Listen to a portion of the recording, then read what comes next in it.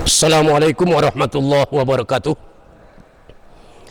Alhamdulillahilladzi hadana li hadza wa ma kunna linahtadiya laula an hadanallah. Asyhadu an la ilaha illallah wa asyhadu anna Muhammadan abduhu wa rasuluh. Allahumma shalli wa sallim wa barik ala sayyidina Muhammadin wa ala alihi wa ashabihi ajma'in. Raditu billahi rabba wa bil islami dina wa bi Muhammadin nabiyyan wa rasula, amma ba'du. Faqala Allah ta'ala fil Qur'anil Karim, a'udzu billahi minasy syaithanir rajim. Bismillahirrahmanirrahim. Law anzalna hadzal Qur'ana ala jabalin la ra'aitah khashi'an mutasaddian min khasyatillah wa tilkal amsalu nadribuha linnas la'allahum yatafakkarun. Shadaqallahul azim. Bapak-bapak, saudara-saudara pemirsa TV yang kita hormati, pertama bersyukur kita kehadiran Allah Subhanahu wa taala, alhamdulillah, di mana saat ini kita masih diberikan peluang kesempatan bersama-sama dalam rangka melaksanakan berbagai macam aktivitas kita, termasuk pertemuan di bulan ini, yakni pertemuan Ramadan ataupun melaksanakan bulan suci Ramadan. Harapan kita semoga perjalanan sisa-sisa umur kita ini, semoga Allah berkahi kita semua, diselamatkannya kita dari dunia sampai nanti di yaumil akhir. Beriringan dengan itu, selawat dan salam tentunya kita sampaikan buat Nabi kita, Nabi Muhammad sallallahu alaihi wasallam.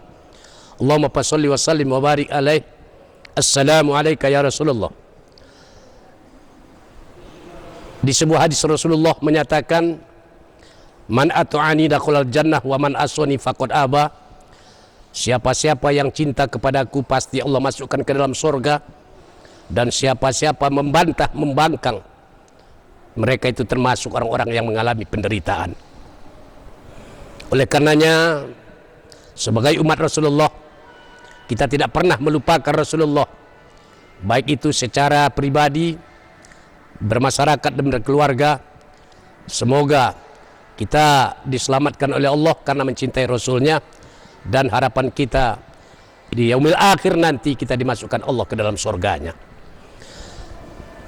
Bapak-bapak, saudara-saudara pemirsa TV Dumai yang kita hormati, adapun judul yang akan kita angkat pada saat ini, yaitu sebagai orang-orang yang beriman, berintegrasilah, berinteraksilah dengan Al-Quran supaya agar selamat dunia dan akhirat. Di sini bahwa sebagai orang-orang yang yakin kepada adanya perhitungan-perhitungan kehidupan, yakni kita kembalikan kepada Al-Quran, karena Al-Quran itu adalah ucapan Allah, kalamullah, firman Allah. Makanya di dalam kalimat surah yang kedua saja sudah Allah katakan, dzalikal kitabul la raiba fihi hudal lil muttaqin. Al-Quran itu tidak ragu kita kepadanya, hanya petunjuk buat orang-orang yang takwa kepada Allah. Bapak-bapak, saudara-saudara, Al-Quran merupakan salah satu pedoman hidup, dan Al-Quran adalah satu ungkapan yang sangat harus kita jaga, apakah itu secara pribadi, secara berkeluarga dan bermasyarakat. Makanya reaksi kehidupan manusia, kalau kita tengok, Al-Quran sudah berbicara persoalan itu. Seorang orang yang beriman, seorang orang yang yakin adanya pertemuan dengan Allah, hendaknya kita sangat harus mutlak mengikuti Al-Quran dan hadis-hadis Rasul. Oleh karena itulah di dalam surat Sajadah ayat 21 tadi sudah kita sampaikan, lau anzalna hadzal Qur'ana ala jabalin la ra'aitah khashi'an mutasaddian min khasyatillah wa tilkal amsalu nadribuha linnas la'allahum yatafakkarun. Orang-orang ataupun manusia yang sudah dikatakan orang yang beriman, orang yang berfikir mantap, tujuan kehidupannya hanya satu, Al-Quran sebagai pedoman. Garis besar haruan Al-Quran, ini tujuan kehidupannya. Bapak, saudara-saudara, kalau di dalam Al-Quran banyak sekali persoalan ini diangkat oleh Allah. Karena apalagi pada akhir-akhir ini banyak manusia-manusia yang tidak meyakini Al-Quran dan keluar daripada ajaran Al-Quran.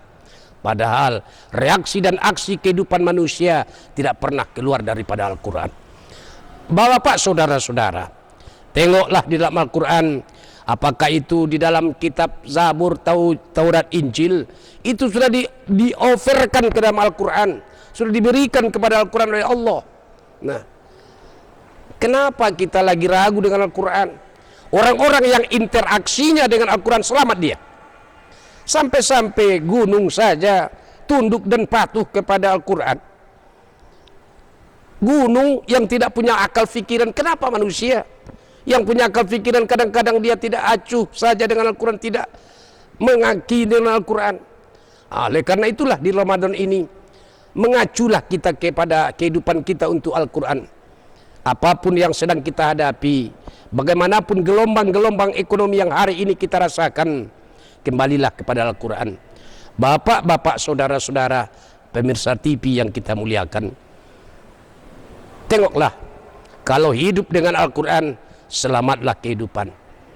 Kalau hadis lagu ini sebagai pedoman kehidupan kita, selamatlah kehidupan. Makanya, taraktu fikum amrayni lan tudillu abada. Kutinggalkan kepadamu, kata Rasulullah, pedoman hidupmu bila mana kamu berpegang teguh dengannya, kau laksanakan dalam kehidupanmu, selamatlah kamu, sejahteralah kehidupanmu. Kitabullah, Al-Quran, dan hadis Nabi. Oleh karena itu Bapak, saudara-saudara, dari awal sudah saya bilang tadi, orang yang berakal fikiran sehat, dia sandarkan kehidupannya kepada Al-Quran. Kenapa? Karena dia yakin Al-Quran itu adalah sumbernya Allah. Al-Quran ucapan Allah. Kenapa dan bagaimana kehidupan kita kalau kita jauh dari Al-Quran? Bayangkan oleh Bapak, saudara-saudara, bila mana Al-Quran itu bermain dalam kehidupan kita, kita terjadi orang-orang yang bersih, rezeki kita akan dimurahkan oleh Allah, perjalanan hidup kita akan sukses segala-galanya. Tapi Al-Quran kita angkat ke depan. Kenapa Al-Quran? Kadang-kadang yang lebih berbahaya Bapak, saudara-saudara, di mana-mana sudut rumahnya ada Al-Quran, sementara dia tidak yakin dengan Al-Quran. Tulisan-tulisan Al-Quran ada di dinding-dinding rumahnya, tapi cuman mengantisipasi pencuri katanya. Padahal bukan itu. Al-Quran itu untuk dibaca. Iqra kitabak, baca kitabmu. Semakin kita baca Quran, semakin tenang muncul kehidupan kita, ketenangan datang kepada kita.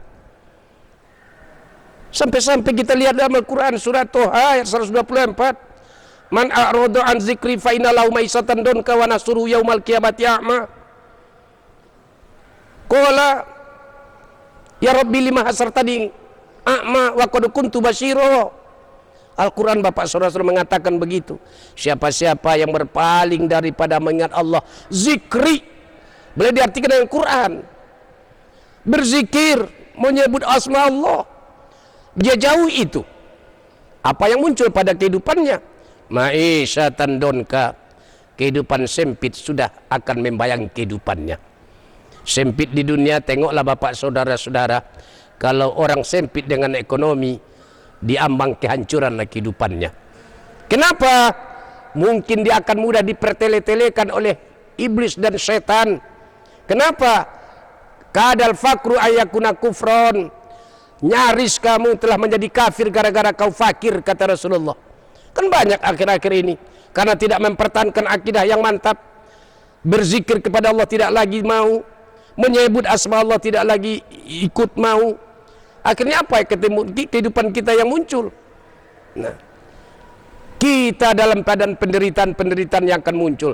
Tapi kalau Al-Quran kita ajarkan kepada anak-anak kita, kita hidupkan TPQ kita, TPA kita hidupkan. Kalau ini yang muncul, yakin percaya Bapak saudara-saudara, Al-Quran saja sudah dinyatakan oleh Allah dalam ayat lain. Nah, Al-Quran itu akan bisa membawa ketenangan hidup bila mana ini yang kita jadikan panduan hidup. Lihat saja bapak saudara-saudara dalam hadis kursi, ya ibnu Adam tafarruqul ibadati amla sadra kaginan. Hei manusia keturunan Adam, meluangkan masamu ibadah, termasuk baca Quran, termasuk interaksi dengan Quran. Nah, tapi bila mana kita cuek saja dalam persoalan ini, jangankan rumah tangga, jangankan negeri, negara dan bangsa pun akan bisa ambruk gara-garanya. Karena apa? Dunia dan alam semesta ini milik Allah, bapak saudara-saudara. Nah, oleh karena itulah perjalanan sisa-sisa umur kita ini, tanpa merasa risih dan sebagainya, Al-Quran jadikan interaksi dalam kehidupan kita. Jadikan Al-Quran tempat sandaran kita. Jadikan Al-Quran sebagai suluh dalam kehidupan kita. Yakin percayalah, selamatlah kehidupan kita. Bapak-bapak, saudara-saudara, Al-Quran dalam surat yang kedua saja sudah dinyatakan oleh Allah. Alif lam mim zalikal kitabu la raiba fihi hudal lil muttaqin allazina yu'minuna bil ghaibi wa yuqimuna sholata wa mimma razaqnahum yunfikun. Begitu nyatakan oleh Allah. Dari mana kita tahu kehidupan kita bisa selamat kalau kita jauhi Al-Quran? Nah, orang yang bisa selamat itu Al-Quran sebagai panduannya. Tengok, mereka orang yang yakin dengan adanya hari berbangkit. Mereka yakin dengan adanya perhitungan-perhitungan setelah mereka kembali kepada Allah. Ini orang bertakwa dan selamatlah dia. Nah, bila mana bapak saudara-saudaraku ini yang menjadi panduan-panduan kehidupan kita, kita akan pasti dan mesti Allah berikan ketenangan dalam kehidupan kita. Nah, oleh karena itulah mudah-mudahan dengan adanya siraman-siraman rohani, tausiah agama yang dimunculkan oleh para ustadz-ustazah, mari kita rebut kemenangan di dunia dan kita rebut kemenangan di akhirat. Karena dunia adalah kebun daripada untuk akhirat. Bila mana dunia ini kita selamat, sejahtera dengan kehidupan agama, dengan kehidupan Al-Quran, dunia menunggu kita kebahagiaan yang abadi. Makanya diajarkan oleh Allah kepada kita lewat Al-Quran, sampaikan oleh Rasulullah, Rabbana atina fid dunya hasanah wa fil akhirati hasanah wa qina azabannar. Ya Allah, ya Tuhan kami, datangkanlah kebahagiaan kami di dunia dan datangkan pula kebahagiaan kami untuk akhirat, dan hindarkan kami daripada azab-azab neraka. Kalau ini yang muncul, yakin dan percayalah kita bapak saudara-saudara, negeri Duma yang kita cinta ini akan selamat dari berbagai macam ancaman-ancaman kehidupan. Apalagi yang muncul hari ini, berbagai macam bala dan penderitaan. Mudah-mudahan Allah hapuskan dari kehidupan kita secara bernegara, berbangsa, dan juga pribadi dan keluarga masing-masing kita. Demikian saja, mudah-mudahan apa yang kita sampaikan pada hari ini lewat interaksi dengan Quran akan selamatlah kita, bahagialah kita, dan ketenangan akan muncul dalam kehidupan kita.